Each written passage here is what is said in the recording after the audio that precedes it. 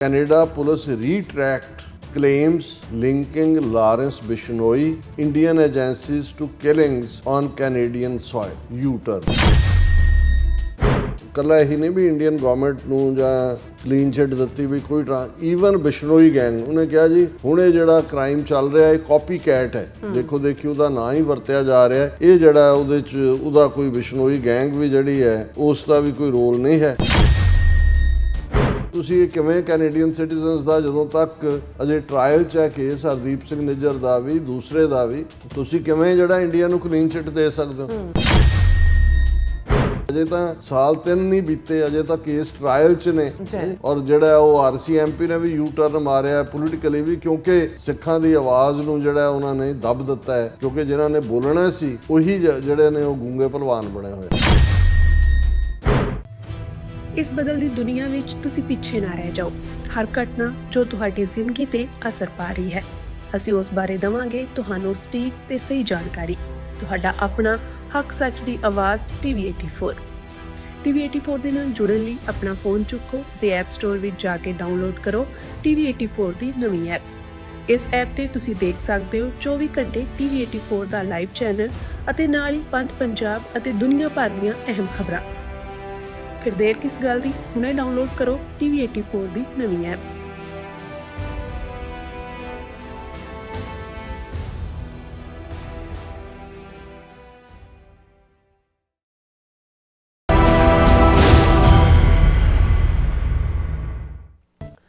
Viewers welcome back on programme. So viewers Canada ਦੇ ਹਵਾਲੇ ਨਾਲ ਗੱਲਬਾਤ ਕਰਨ ਜਾ ਰਹੇ ਹਾਂ ਕਿ ਕੈਨੇਡਾ ਦੀ ਮਾਰਕਾਰਨੀ ਸਰਕਾਰ ਵੱਲੋਂ ਤਾਂ ਪਹਿਲਾਂ ਹੀ ਟ੍ਰਾਂਸਨੈਸ਼ਨਲ ਰਿਪਰੈਸ਼ਨ ਮੁੱਦੇ ਤੇ ਭਾਰਤ ਨੂੰ ਕਲੀਨ ਚਿੱਟ ਦੇ ਦਿੱਤੀ ਗਈ ਸੀ ਪਰ ਹੁਣ ਕੈਨੇਡਾ ਦੀਆਂ ਇੰਟੈਲੀਜੈਂਸ ਏਜੰਸੀਆਂ ਨੇ ਇਸ ਸੰਬੰਧੀ ਯੂ ਟਰਨ ਮਾਰ ਲਿਆ ਹੈ। RCMP ਦੀ ਕਮਿਸ਼ਨ ਦੇ ਜਿਹੜੇ ਕਮਿਸ਼ਨਰ ਹੈ ਮਾਰਕ ਡੋਮੇਨ ਨੇ ਇੱਕ ਇੰਟਰਵਿਊ ਵਿੱਚ ਕਿਹਾ ਹੈ ਕਿ ਹੁਣ ਭਾਰਤ ਦੀਆਂ ਏਜੰਸੀਆਂ ਕੈਨੇਡਾ ਵਿੱਚ ਟ੍ਰਾਂਸਨੈਸ਼ਨਲ ਰਿਪਰੈਸ਼ਨ ਲਈ ਯਤਨਸ਼ੀਲ ਨਹੀਂ ਹਨ। ਉਹਨਾਂ ਨੇ ਬਿਸ਼ਨੋਈ ਗੈਂਗ ਨੂੰ ਵੀ ਲਗਭਗ ਬਰੀ ਹੀ ਕਰ ਦਿੱਤਾ ਹੈ। ਸੋ ਇਹ ਹੈ ਵਪਾਰ ਲਈ ਇਨਸਾਨੀ ਖੂਨ ਦਾ ਸੌਦਾ। ਸੋ ਇਸ ਬਾਰੇ ਆਪਾਂ ਗੱਲਬਾਤ ਕਰਨ ਜਾ ਰਹੇ ਹਾਂ। ਸੋ ਅਸੀਂ ਚਾਹਾਂਗੇ ਕਿ ਤੁਸੀਂ ਇਸੇ ਤਰ੍ਹਾਂ ਬਣੇ ਰਹਿਣਾ, ਦੇਖਣ ਸੁਣ ਲਈ ਐਂਡ ਲਿਖਣ ਲਈ ਤੁਹਾਡਾ ਸਭ ਦਾ ਬਹੁਤ ਬਹੁਤ ਧੰਨਵਾਦ ਜੀ। ਡਾਕਟਰ ਸਾਹਿਬ ਕੀ ਵਿਚਾਰਾਂ ਨੇ? ਦੇਖੋ ਇਸ 'ਚ ਕੋਈ ਸ਼ੱਕ ਨਹੀਂ ਹੈ ਕਿ ਜਦੋਂ ਅਸੀਂ ਵੀ ਇਹ ਗੱਲ ਜਾਂ ਇਹ ਅਖਾਣ ਰਿਪੀਟਡਲੀ ਦੁਹਰਾਉਂਦੇ ਰਹੇ ਕਿ ਦੇਰ R no permanent friends or foes in politics, permanent only are interest. ਹਿੱਤਾਂ ਨਾਲ ਜੁੜੀ ਹੋਈ ਗੱਲ ਤਾਂ ਸਮਝ ਆਉਂਦੀ ਹੈ ਕਿ ਵੀ ਕਈ ਵਾਰ ਤੁਸੀਂ ਇਹ ਦੇਖਦੇ ਹੋ ਵੀ ਤੁਹਾਡੇ ਹਿੱਤ ਕਿੱਧਰ ਨੂੰ ਜਾਂਦੇ ਨੇ। ਬਿਲਕੁਲ। ਲੇਕਿਨ ਜਦੋਂ ਅਸੀਂ ਪੋਸਟ ਸੈਕੰਡ ਵਰਲਡ ਵਾਰ ਖਾਸ ਤੌਰ 'ਤੇ ਯੂਨਾਈਟਿਡ ਨੇਸ਼ਨਸ ਦੀ ਕਾਇਮੀ ਔਰ ਇੰਟਰਨੈਸ਼ਨਲ ਅਕਾਊਂਟੇਬਿਲਿਟੀ ਔਰ ਹਿਊਮਨ ਰਾਈਟਸ ਔਰ ਚਾਰਟਰ ਆਫ ਹਿਊਮਨ ਰਾਈਟਸ ਔਰ ਜਨੀਵਾ ਪ੍ਰੋਟੋਕੋਲਸ ਜਿਨ੍ਹਾਂ ਸਭ ਦੇ ਉੱਤੇ ਕੈਨੇਡਾ ਪੇਸ਼ ਸੀ। ਬਹੁਤ ਘੱਟ ਲੋਕਾਂ ਨੂੰ ਪਤਾ ਹੈ ਵੀ ਈਵਨ ਜਿਹੜਾ 10 ਦਸੰਬਰ 1948 ਨੂੰ ਚਾਰਟਰ ਆਫ ਹਿਊਮਨ ਰਾਈਟਸ ਜਿਹੜਾ ਸੈਨ ਫਰਾਂਸਿਸਕੋ ਦੇ ਵਿੱਚ ਐਕਸੈਪਟ ਕੀਤਾ ਗਿਆ ਉਹਨੂੰ ਵੀ ਲਿਖਣ ਵਾਲਾ ਕੈਨੇਡੀਅਨ ਸੀ। ਔਰ ਇਹਦੇ 'ਚ ਵੀ ਕੋਈ ਸ਼ੱਕ ਨਹੀਂ ਹੈ ਕਿ ਕੁਝ ਮਾਮਲਿਆਂ 'ਚ ਕਿਉਂਕਿ ਅਮਰੀਕਾ ਸਿੱਧੀਆਂ ਜੰਗਾਂ ਦੇ ਵਿੱਚ ਇਨਵੋਲਵ ਰਿਹਾ, ਵਿਤਨਾਮ ਹੋਏ, ਕੋਰੀਆ ਹੋਏ, ਕੰਬੋਡੀਆ ਹੋਏ, ਬਹੁਤ ਸਾਰੀਆਂ ਥਾਵਾਂ 'ਤੇ ਇਹ ਹਿਊਮਨ ਰਾਈਟਸ ਦੇ ਮਾਮਲੇ 'ਚ ਅਕਾਊਂਟੇਬਿਲਿਟੀ ਇਹੀ ਕਾਰਨ ਹੈ ਕਿ ਅਮਰੀਕਾ ਨੇ ਇੰਟਰਨੈਸ਼ਨਲ ਕ੍ਰਿਮੀਨਲ ਕੋਰਟ ਜਾਂ ਇੰਟਰਨੈਸ਼ਨਲ ਕੋਰਟ ਆਫ ਜਸਟਿਸ ਨੂੰ ਕਦੇ ਉਸ ਲੈਵਲ ਦੀ ਮਾਨਤਾ ਨਹੀਂ ਦਿੱਤੀ।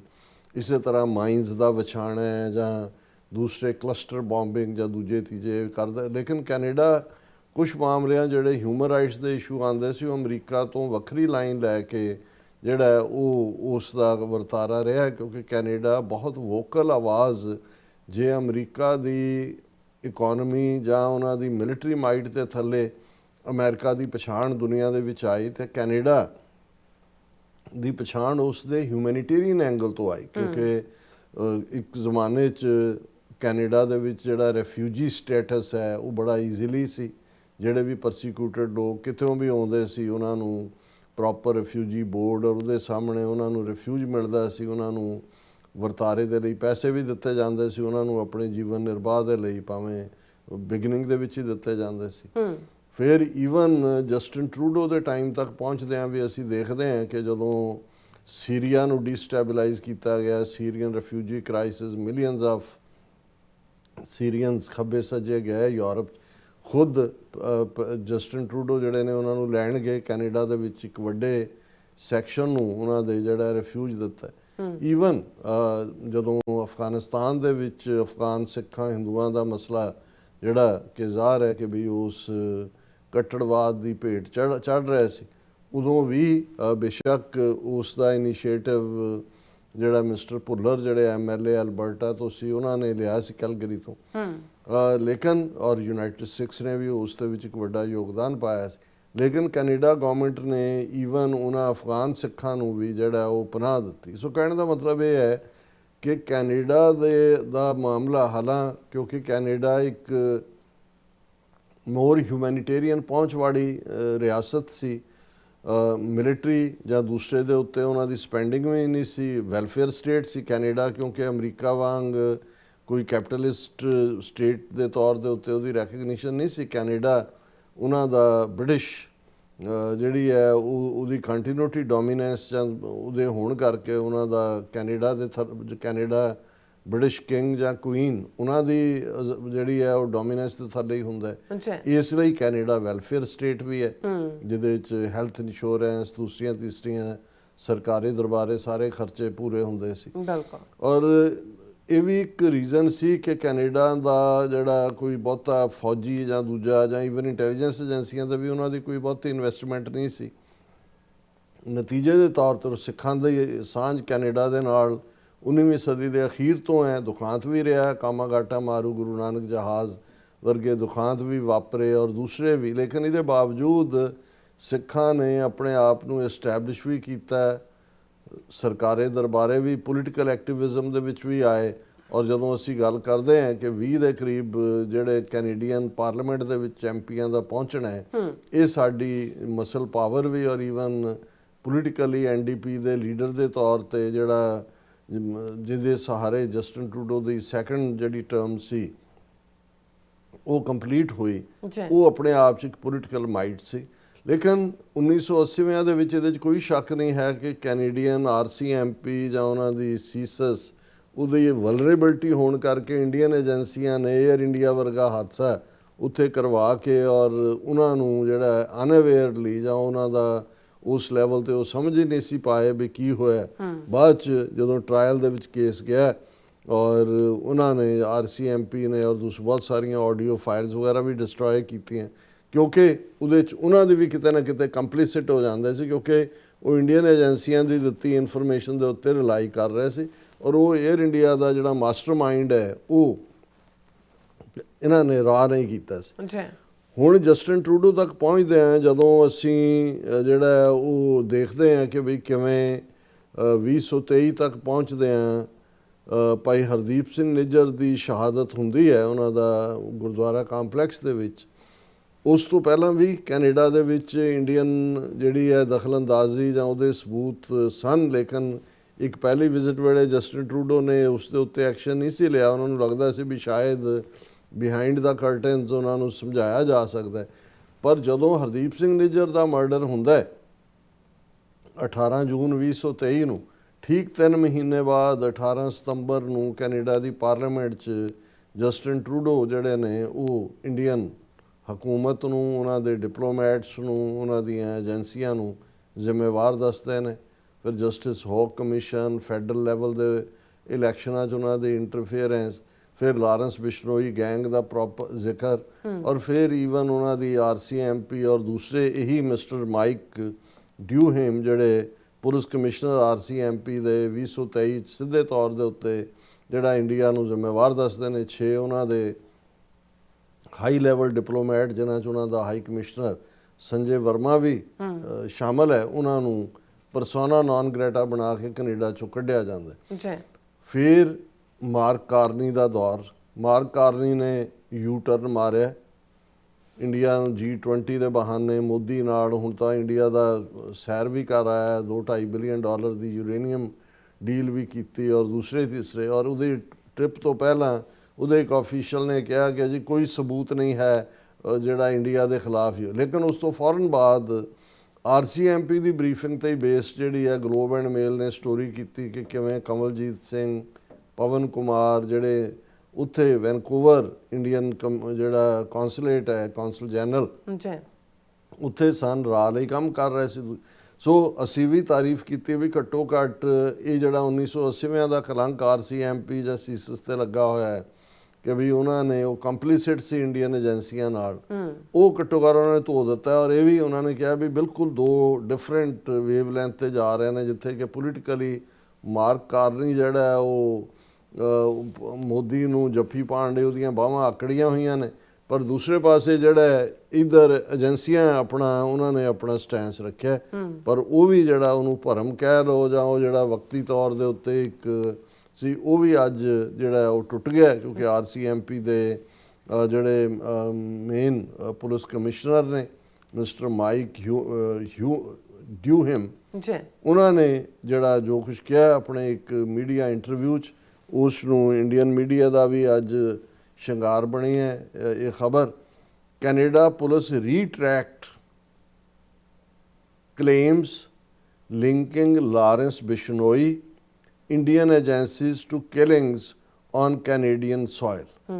ਯੂ ਟਰਨ ਆਪਣਾ ਕਲੇਮ ਵਾਪਸ ਲੈ ਲਿਆ ਉਹਨਾਂ ਨੇ, ਕਿਹਾ ਜੀ ਹੁਣ ਜਿਹੜਾ ਔਰ ਇਹ ਜਿਹੜਾ ਰਾਇਲ ਕੈਨੇਡੀਅਨ ਮਾਊਂਟਡ ਪੁਲਿਸ ਦੇ ਕਮਿਸ਼ਨਰ ਮਾਈਕ ਹਿਊਮ ਦਾ ਇੰਟਰਵਿਊ ਹੈ, ਉਸ ਦੇ ਵਿੱਚ CTV ਦੇ ਨਾਲ CTV ਨਿਊਜ਼ ਨਾਲ ਉਹਨਾਂ ਨੇ ਕਿਹਾ ਕਿ based on the information before him there are no longer clandestine activities or transnational repression taking place in Canada that is linked to the government of India। ਹੁਣ ਤੁਸੀਂ ਦੱਸੋ ਵੀ ਇਸ ਲੈਵਲ ਤੱਕ ਜਿਹੜਾ, ਔਰ ਜ਼ਾਹਰ ਹੈ ਕਿ ਵੀ ਹਕੂਮਤ ਨੇ ਬਾਂਹ ਮਰੋੜੀ ਹੈ, ਉਹਨਾਂ ਨੇ ਕਿਹਾ ਕਿ ਵੀ ਰਹਿਣਾ ਤੂੰ ਕਿ ਨਹੀਂ ਜੀ, ਔਰ ਉਹ ਇਹ ਕਹਿੰਦਾ ਜੀ ਕਿ ਹੁਣ ਸਾਡੇ ਕੋਲ ਜਿਹੜੇ ਸਬੂਤ ਨੇ ਉਹਨਾਂ ਮੁਤਾਬਕ ਕੋਈ ਭਾਰਤ ਦਾ ਕੈਨੇਡਾ ਦੇ ਵਿੱਚ ਕਲੈਂਡੈਸਟਿਨ ਹੁੰਦਾ ਹੈ ਕਿ ਕੋਈ ਲੁਕਵੀਂ ਜਿਹੜੀ ਹੈ ਉਹ ਇਸ ਜਿਹੜਾ ਜਿਸ ਨੂੰ ਕੋਵਿਡ ਕਿਹਾ ਜਾਂਦਾ ਵੀ ਇਸ ਕਿਸਮ ਦਾ ਕੋਈ ਆਪਰੇਸ਼ਨ ਨਹੀਂ ਚੱਲ ਰਿਹਾ, ਔਰ ਇਹ ਬਿਲਕੁਲ ਇਹਨੂੰ ਕਲੀਨ ਚਿੱਟ ਦੇ ਦਿੱਤਾ ਭਾਰਤ ਨੂੰ। ਫਿਰ ਇੱਥੇ ਵੀ ਨਹੀਂ ਹੈ, ਉਹਨੇ ਕਿਹਾ in the files that we have that involve transnational repression, we are not seeing any connection right now with any foreign entity based on the criminal information, the investigations that we have presently, he told CTV question period host Vasi Kapelos in the interview aired Sunday। ਉਹਨੇ ਕਿਹਾ ਜੀ ਕੱਲਾ ਇਹੀ ਨਹੀਂ ਵੀ Indian government ਨੂੰ ਜਾਂ clean chit ਦਿੱਤੀ ਵੀ ਕੋਈ ਈਵਨ ਬਿਸ਼ਨੋਈ ਗੈਂਗ, ਉਹਨੇ ਕਿਹਾ ਜੀ ਹੁਣ ਇਹ ਜਿਹੜਾ ਕ੍ਰਾਈਮ ਚੱਲ ਰਿਹਾ ਇਹ ਕਾਪੀ ਕੈਟ ਹੈ, ਦੇਖੋ ਦੇਖੀ ਉਹਦਾ ਨਾਂ ਹੀ ਵਰਤਿਆ ਜਾ ਰਿਹਾ, ਇਹ ਜਿਹੜਾ ਉਹਦੇ 'ਚ ਉਹਦਾ ਕੋਈ ਬਿਸ਼ਨੋਈ ਗੈਂਗ ਵੀ ਜਿਹੜੀ ਹੈ ਉਸ ਦਾ ਵੀ ਕੋਈ ਰੋਲ ਨਹੀਂ ਹੈ। ਉਹਨੇ ਕਿਹਾ ਕਿ ਜੀ ਇਹ ਅਸੀਂ ਹੁਣ ਇਹੀ ਮਿਸਟਰ ਡਿਊਹੇਮ ਹੈ ਜਿਹੜਾ ਅਜੇ ਕੁਛ ਮਹੀਨੇ ਪਹਿਲਾਂ ਜਦੋਂ ਇਹ ਆਪਣੇ ਇੰਟਰਵਿਊ ਦੇ ਵਿੱਚ ਕਹਿੰਦਾ ਹੈ ਕਿ ਅਸੀਂ ਜੋ ਗੱਲ ਕਰ ਰਹੇ ਹਾਂ ਇਹ ਅਕਤੂਬਰ 2024 ਜਦੋਂ ਉਹਨੇ ਇੰਟਰਵਿਊ ਦਿੱਤਾ ਵੈਨ ਡੀ ਹਿਊਮ stated that RCMP possesses strong evidence, not intelligence but evidence। ਉਹ ਕਹਿੰਦਾ ਵੀ ਇੰਡੀਆ ਦੇ ਇੰਟਰਫੀਅਰੈਂਸ ਇਸ ਲੈਵਲ ਦੀ ਹੈ, ਅਸੀਂ ਸਿਰਫ ਇੰਟੈਲੀਜੈਂਸ ਗੈਦਰਿੰਗ ਦੇ ਆਧਾਰ ਤੇ ਨਹੀਂ ਕਹਿ ਰਹੇ, ਸਾਡੇ ਕੋਲ ਬਹੁਤ ਮਜ਼ਬੂਤ ਉਸ ਦੀ ਐਵੀਡੈਂਸ ਹੈ, ਸਬੂਤ ਨੇ। not intelligence but evidence that a campaign of violence and intimidation against the Sikh community in Canada went all the way to the highest levels of the Indian government, with Indian diplomats allegedly collecting information and funneling it to criminal organizations to carry out acts of violence। ਉਹ ਕਹਿੰਦਾ ਵੀ ਇਹ ਜਿਹੜਾ ਦਾਇਰਾਕਾਰ ਹੈ ਇਹ ਇੱਥੋਂ ਤੱਕ ਮਹਿਦੂਦ ਨਹੀਂ ਹੈ, ਇਹ ਜਿਹੜੇ ਇਹਨਾਂ ਦੇ ਡਿਪਲੋਮੈਟ ਨੇ ਸਿੱਖਾਂ ਬਾਰੇ, ਕੈਨੇਡੀਅਨ ਸਿੱਖਾਂ ਬਾਰੇ ਜਾਣਕਾਰੀ ਲੈਂਦੇ ਨੇ, ਹਾਈਐਸਟ ਲੈਵਲ ਤੱਕ ਪਹੁੰਚਾਉਂਦੇ ਨੇ, ਔਰ ਫਿਰ ਜਿਹੜਾ ਉਹ ਕ੍ਰਿਮੀਨਲ ਆਰਗੇਨਾਈਜੇਸ਼ਨਸ ਅੱਗੋਂ ਜਿਹੜਾ ਉਹ ਵਾਇਲੈਂਸ ਕੈਰੀ ਆਊਟ ਕਰਦੀਆਂ। ਔਰ ਫਿਰ ਜਦੋਂ ਉਹਨੂੰ ਪੁੱਛਿਆ ਗਿਆ ਇਸ 'ਚ ਕਿ ਵੀ 2024 ਤਾਂ ਤੂੰ ਇਹ ਕਿਹਾ ਸੀ, ਉਹ ਕਹਿੰਦਾ ਜੀ ਦੇ ਮਾਈ 2024 ਰਿਮਾਰਕਸ ਵਰ based on the criminal investigation at that time. ਉਦੋਂ ਜਿਹੜੀ ਇਨਵੈਸਟੀਗੇ ਹੁਣ ਉਹਦੇ 'ਚ ਕੀ ਤਬਦੀਲੀ ਹੋਈ ਜੀ? ਹੁਣ ਜੇ ਮਨਿੰਦਰ ਸਿੰਘ ਵਰਗੇ ਨੂੰ ਡਿਊਟੀ ਟੂ ਵਾਰ ਨੋਟਿਸ ਹੈ, ਕੋਈ ਦਿਨ ਐਸਾ ਨਹੀਂ ਹੈ ਜਿਸ ਦਿਨ ਗੋਲੀ ਨਹੀਂ ਚੱਲ ਰਹੀ, ਫਰੌਤੀਆਂ ਦਾ ਸਿਲਸਿਲਾ ਵੀ ਜਾਰੀ ਹੈ ਵੀ ਉਹੀ ਸਾਰੇ ਲੋਕ ਜਿਹੜੇ ਸ਼ੱਕੀ ਅੰਦਾਜ਼ 'ਚ ਜਾਲੀ ਪਾਸਪੋਰਟਾਂ ਔਰ ਇਨਕੁਆਰੀਆਂ ਨੂੰ ਬਾਈਪਾਸ ਕਰਕੇ ਅਮਿਤ ਸ਼ਾਹ ਦੇ ਉਸਨੇ ਕੀਤਾ, ਲਾਰੈਂਸ ਬਿਸ਼ਨੋਈ ਗੈਂਗ ਨੂੰ ਆਲਰੇਡੀ ਜਿਹੜਾ ਉਹ ਦਹਿਸ਼ਤਗਰਦਾਂ 'ਚ ਦਾਖਲ ਹੋਇਆ ਹੈ, ਉਹਦੇ 'ਚ ਲਿਸਟ ਦੇ ਵਿੱਚ ਅਲਬਰਟਾ 'ਚ ਵੀ, ਫੈਡਰਲ ਲੈਵਲ 'ਤੇ ਵੀ। ਹੁਣ ਉਹ ਕਹਿ ਰਿਹਾ ਕਿ ਵੀ ਹੀ ਕਲੈਰੀਫਾਈਡ ਕਿ ਉਦੋਂ ਅਸੀਂ ਜਿਹੜੀ ਹੈ criminal investigation at that time ਜਿਹੜੀ ਸੀ ਉਹਦੇ ਤੇ ਬੇਸ ਸੀ। In the current files involving transnational repression the dots could not be connected to any foreign government. ਹੁਣ ਜਿਹੜੀਆਂ ਸਾਡੀਆਂ ਫਾਈਲਾਂ ਨੇ ਉਹਨਾਂ 'ਚ ਅਸੀਂ ਕੋਈ ਇੰਡੀਆ ਦੇ ਨਾਲ ਇਹਨਾਂ ਦਾ ਲਿੰਕ ਨਹੀਂ ਕਰ ਸਕਦੇ। ਇਹ ਹੈ ਜਦੋਂ ਤੁਸੀਂ ਵਪਾਰ ਔਰ ਇੱਕ ਪਾਸੇ ਇਨਸਾਨੀ ਖੂਨ, ਬਿਲਕੁਲ ਇਸ ਦਾ ਸਿੱਧਾ ਸਿੱਧਾ ਸੌਦਾ ਕਰਦੇ ਹੋ। ਔਰ ਇਹਦੇ 'ਚ ਮੈਂ ਸਮਝਦਾ ਹਾਂ ਵੀ ਇਹ ਤਾਂ ਜੋ ਜ਼ਿੰਮੇਵਾਰ ਹੈ ਹੀ ਨੇ, ਸਭ ਤੋਂ ਵੱਡਾ ਜੇ ਇਹਦੇ 'ਚ ਗੁਨਾਹਗਾਰ ਨੇ 2-3 MPs ਨੂੰ ਛੱਡ ਕੇ ਜਿਨ੍ਹਾਂ ਨੇ ਆਵਾਜ਼ ਚੁੱਕੀ ਮਾਰਕ ਕਾਰਨੀ ਦੀ ਵਿਜ਼ਿਟ ਨੂੰ ਲੈ ਕੇ ਵੀ ਔਰ ਕਲੀਨ ਚਿੱਟ ਨੂੰ ਲੈ ਕੇ ਵੀ। ਬਾਕੀ ਜਿਹੜੇ ਮਿੱਟੀ ਦੇ ਮਾਦ ਉਹ 18-20 ਬਣਾ ਕੇ, ਔਰ ਹੁਣ ਇੰਨਾ ਕੁ ਗੁੱਸਾ ਕੈਨੇਡਾ ਦੇ ਆਮ ਕਿ ਇਹਨਾਂ ਨੂੰ ਹੁਣ ਗੁਰਦੁਆਰਿਆਂ 'ਚ ਵੜ ਨਹੀਂ ਦੇਣਾ ਹੈ ਕਿ ਵੋਟਾਂ ਮੰਗ। ਇਹਨਾਂ ਨਾਲੋਂ ਤਾਂ ਜਿਹੜੇ ਨੇ ਕੋਈ ਦੂਜੇ ਹੁੰਦੇ ਗੋਰੇ ਕਾਲੇ ਹੁੰਦੇ ਉਹ ਸ਼ਾਇਦ ਉਹਨਾਂ 'ਚ ਕੋਈ ਮੋਰਲ ਕਰੇਜ ਵੀ ਹੁੰਦਾ। ਇਹ ਐਸਾ ਇੰਡੀਆ ਨੇ ਕਾਣੇ ਕੀਤੇ ਹੋਏ ਨੇ, ਪਤਾ ਨਹੀਂ ਇਹਨਾਂ ਦੇ ਆਪਣੇ ਜਿਹੜਾ ਮੂੰਹ ਵੀ ਭਰੇ ਹੋਣੇ ਨੇ, ਇਹਨਾਂ ਦੇ ਢਿੱਡ ਵੀ ਭਰੇ ਹੋਏ ਨੇ ਉਹਨਾਂ ਨੇ, ਇੰਡੀਅਨ ਹਕੂਮਤ ਨੇ। ਕਿਉਂਕਿ ਜਿਉਂ ਹੀ ਮਾਰਕ ਕਾਰਨੀ ਗਵਰਨਮੈਂਟ ਨੇ ਅਦਰਵਾਈਜ਼ ਪੋਜੀਸ਼ਨ ਲੈਣੀ ਸ਼ੁਰੂ ਕੀਤੀ ਸੀ 18 ਇਹਨਾਂ 'ਚੋਂ ਬਹੁਤੇ ਤਾਂ ਲਿਬਰਲ ਨੇ ਆਲਰੇਡੀ, ਉਹਨਾਂ ਦੇ ਕੋਲ ਮੈਜੋਰਿਟੀ ਤੋਂ ਵੀ ਉਹ 1-2 ਸੀਟਾਂ ਘੱਟ ਸੀਗੀਆਂ, ਉਹ ਤਾਂ ਦੂਸਰਿਆਂ ਨੂੰ ਜਿਹੜਾ ਉਹ ਪਾਰਟੀ ਬਦਲਵਾ ਰਹੇ ਨੇ। ਹੁਣ ਤੁਹਾਡੇ 16 MPs ਦਾ ਇੱਕ ਬਲਾਕ ਬਣਿਆ ਹੋਏ, ਕਹੇ ਜੀ ਤੁਸੀਂ ਇਹ ਕਿਵੇਂ ਕੈਨੇਡੀਅਨ ਸਿਟੀਜ਼ਨਸ ਦਾ ਜਦੋਂ ਤੱਕ ਅਜੇ ਟਰਾਇਲ 'ਚ ਹੈ ਕੇਸ ਹਰਦੀਪ ਸਿੰਘ ਨਿੱਜਰ ਦਾ ਵੀ ਦੂਸਰੇ ਦਾ ਵੀ, ਤੁਸੀਂ ਕਿਵੇਂ ਜਿਹੜਾ ਇੰਡੀਆ ਨੂੰ ਕਲੀਨ ਚਿੱਟ ਦੇ ਸਕਦੇ ਹੋ? ਅਲਟੀਮੇਟਲੀ ਜੇ ਜਸਟਿਨ ਟਰੂਡੋ ਨੇ ਜਿਹੜੇ ਸਬੂਤ ਜਾਂ ਉਸ ਪੀਰੀਅਡ 'ਚ RCM, ਗੱਲ ਤਾਂ ਪੋਲੀਟੀਕਲ ਵਿਲ ਦੀ ਸੀ, ਲੇਕਿਨ ਇਹ ਬਿਲਕੁਲ ਜਿਹੜੇ ਨੇ ਵਿਕੇ ਹੋਏ ਔਰ ਬਿਲਕੁਲ ਕਾਵਰਡਲੀ ਜਿਹੜੇ ਇਸ ਕਿਸਮ ਦੇ ਲੋਕ ਨੇ, ਇਹਨਾਂ ਨੂੰ ਜਿਹੜਾ ਇਹ ਹਰਾਉਣ ਲਈ ਜ਼ੋਰ ਲਾਣਾ ਚਾਹੀਦਾ ਵੀ ਇਹ ਕਿਤੇ ਨੇੜੇ ਤੇੜੇ ਵੀ ਨਜ਼ਰ ਨਾ ਆਉਣ, ਇਹਨਾਂ ਕੋਲੋਂ ਕੋਈ ਆ ਜਾਏ ਕਾਲਾ ਚੋਰ ਆ ਜਾਏ, ਫਿਰ ਜੇ ਇਹੀ ਹੈ ਤਾਂ ਫਿਰ ਇਵੇਂ ਹੀ ਇਹਨਾਂ ਨੂੰ ਡੀਲ ਕਰਨਾ ਚਾਹੀਦਾ। ਇਹ ਸਭ ਤੋਂ ਜ਼ਿਆਦਾ ਜ਼ਿੰਮੇਵਾਰ ਨੇ। ਅਦਰਵਾਈਜ਼ ਇਹ ਹੋ ਨਹੀਂ ਸੀ ਸਕਦਾ ਕਿ ਭਾਈ ਅਜੇ ਤਾਂ ਸਾਲ 3 ਨਹੀਂ ਬੀਤੇ, ਅਜੇ ਤਾਂ ਕੇਸ ਟਰਾਇਲ 'ਚ ਨੇ। ਔਰ ਜਿਹੜਾ ਉਹ RCMP ਨੇ ਵੀ ਯੂ ਟਰਨ ਮਾਰਿਆ ਪੋਲੀਟੀਕਲੀ ਵੀ, ਕਿਉਂਕਿ ਸਿੱਖਾਂ ਦੀ ਆਵਾਜ਼ ਨੂੰ ਜਿਹੜਾ ਉਹਨਾਂ ਨੇ ਦੱਬ ਦਿੱਤਾ ਹੈ, ਕਿਉਂਕਿ ਜਿਨ੍ਹਾਂ ਨੇ ਬੋਲਣਾ ਸੀ ਉਹੀ ਜਿਹੜੇ ਨੇ ਉਹ ਗੂੰਗੇ ਭਲਵਾਨ ਬਣੇ ਹੋਏ ਨੇ। ਜੀ ਰਾਜ ਸਾਹਿਬ, ਤੁਹਾਡਾ ਬਹੁਤ ਬਹੁਤ ਸ਼ੁਕਰੀਆ। ਸਵਾਲ ਥਾਣੇ ਬ੍ਰੇਕ ਵਿਊਅਰਸ ਦੋਸਤਾਂ ਨੇ ਇਸੇ ਤਰ੍ਹਾਂ ਬਣੇ ਰਹਿਣਾ। ਮਿਲਦੇ ਹਾਂ ਛੋਟੇ ਜਿਹੇ ਬ੍ਰੇਕ ਤੋਂ ਬਾਅਦ।